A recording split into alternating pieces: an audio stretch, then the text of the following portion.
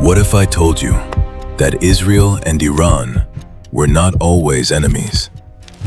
That they once worked together, traded together, and quietly helped each other behind the scenes. So how did two countries that were once connected become two of the most dangerous rivals on Earth? And what happened in the middle that turned an alliance into a conflict that now threatens the entire Middle East?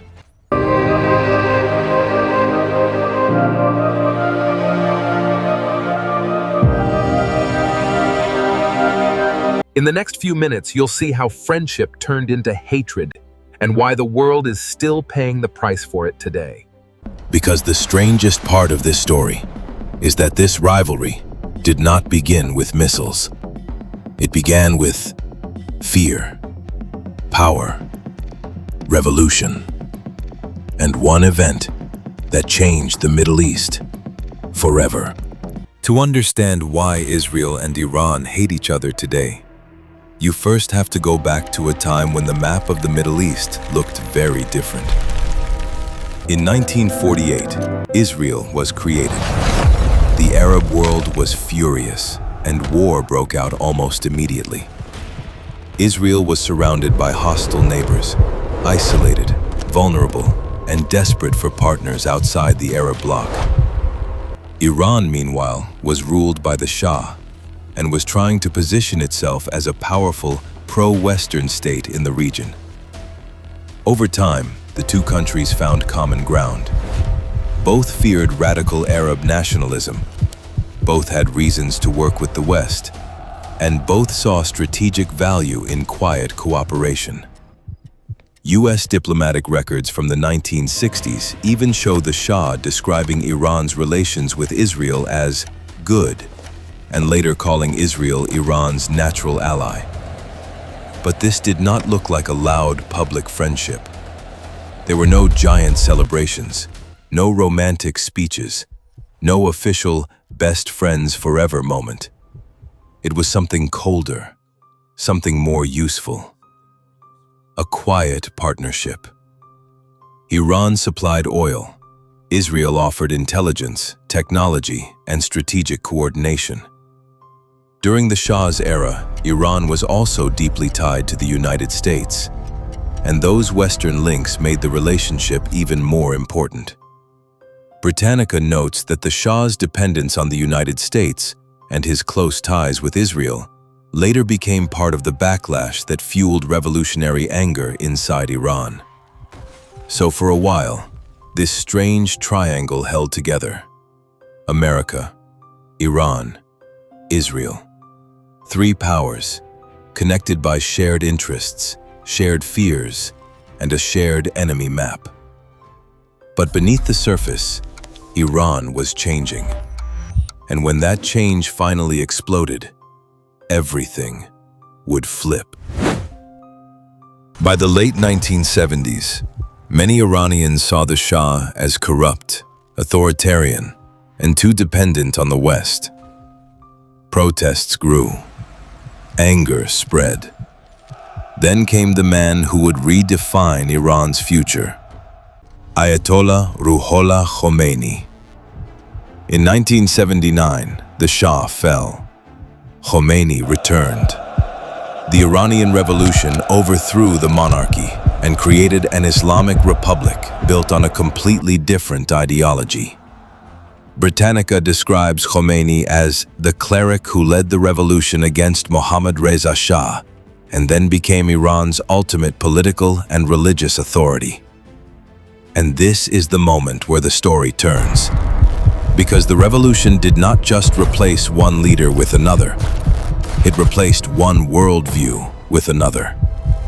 The Shah had seen Iran as a modern, pro-Western power. The new regime saw America as a corrupt superpower, and Israel as an illegitimate outpost backed by that superpower.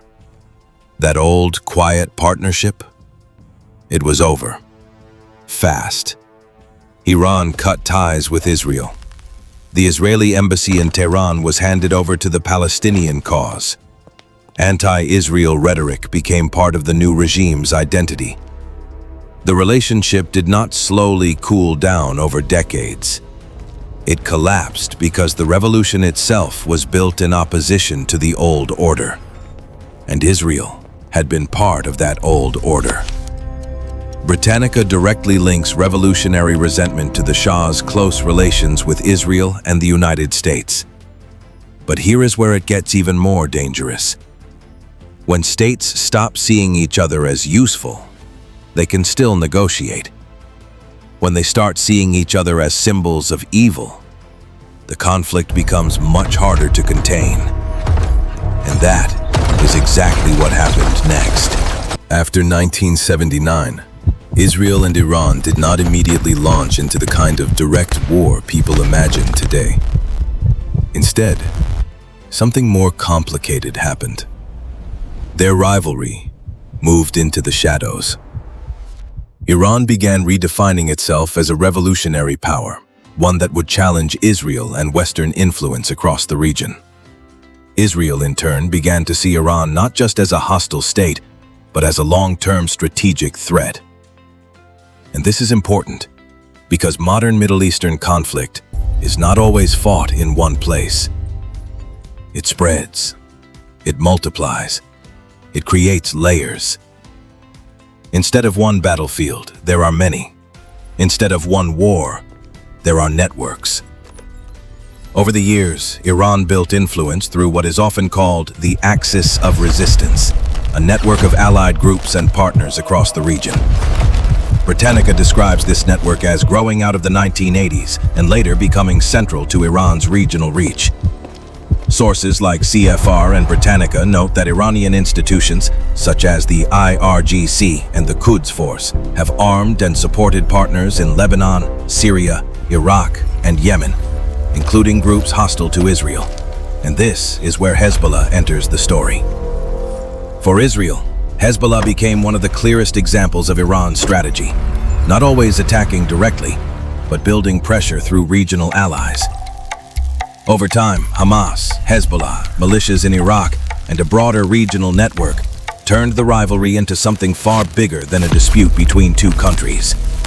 CFR notes that Iran's support for regional militant groups threatening Israel has been one of the central drivers of escalation. So now, the question changes. The question is no longer, why did two former partners fall apart? Now the question becomes, how do you stop a rivalry when it has spread across an entire region? And then came the issue that made everything even more dangerous: Iran's nuclear program. If the revolution turned the relationship hostile, the nuclear issue turned that hostility into fear. Iran has pursued a nuclear program since the 1950s, but international alarm grew sharply later, especially as suspicion increased that it could move toward weapons capability. CFR notes that during the late 1980s Iran-Iraq War, Iran began seeking stronger security and outside support for its nuclear ambitions. Britannica adds that the 2015 nuclear deal, the JCPOA, was designed to limit that program in exchange for sanctions relief. For Iran, the program was about sovereignty, deterrence, and survival. For Israel, it looked like an existential threat. That word matters. Existential. Because when a country believes its enemy may one day gain the power to destroy it, compromise becomes harder, paranoia deepens, and every delay starts to feel like a countdown. This is why Israel consistently pushed back against any future in which Iran could move closer to nuclear weapons capability. And this is why the 2015 nuclear deal became such a global flashpoint. Britannica notes that while the agreement aimed to limit Iran's nuclear program, it remained deeply controversial, especially among those who believed it was too weak or too temporary. And now, the rivalry had everything: ideology, proxies, regional warfare, and nuclear fear. Which meant the conflict was no longer just about what Iran and Israel thought of each other. It was about what each side feared the other could become. And once fear enters a rivalry, at that level, even a single spark can become a regional fire. Long before the world saw open exchanges of fire, Israel and Iran were already fighting a shadow war. Cyber attacks, sabotage, covert operations, assassinations, strikes on weapons routes, strikes in Syria. A campaign of pressure designed to slow, damage, and expose. This phase of the rivalry matters because it taught both sides something dangerous. They could hurt each other without declaring full war. And that creates a terrible kind of stability. Not peace, not war. Something in between. A region held together by threats, retaliation, and the hope that both sides will stop just before the edge. But edges are unstable, and the Middle East has a way of proving that, over and over again.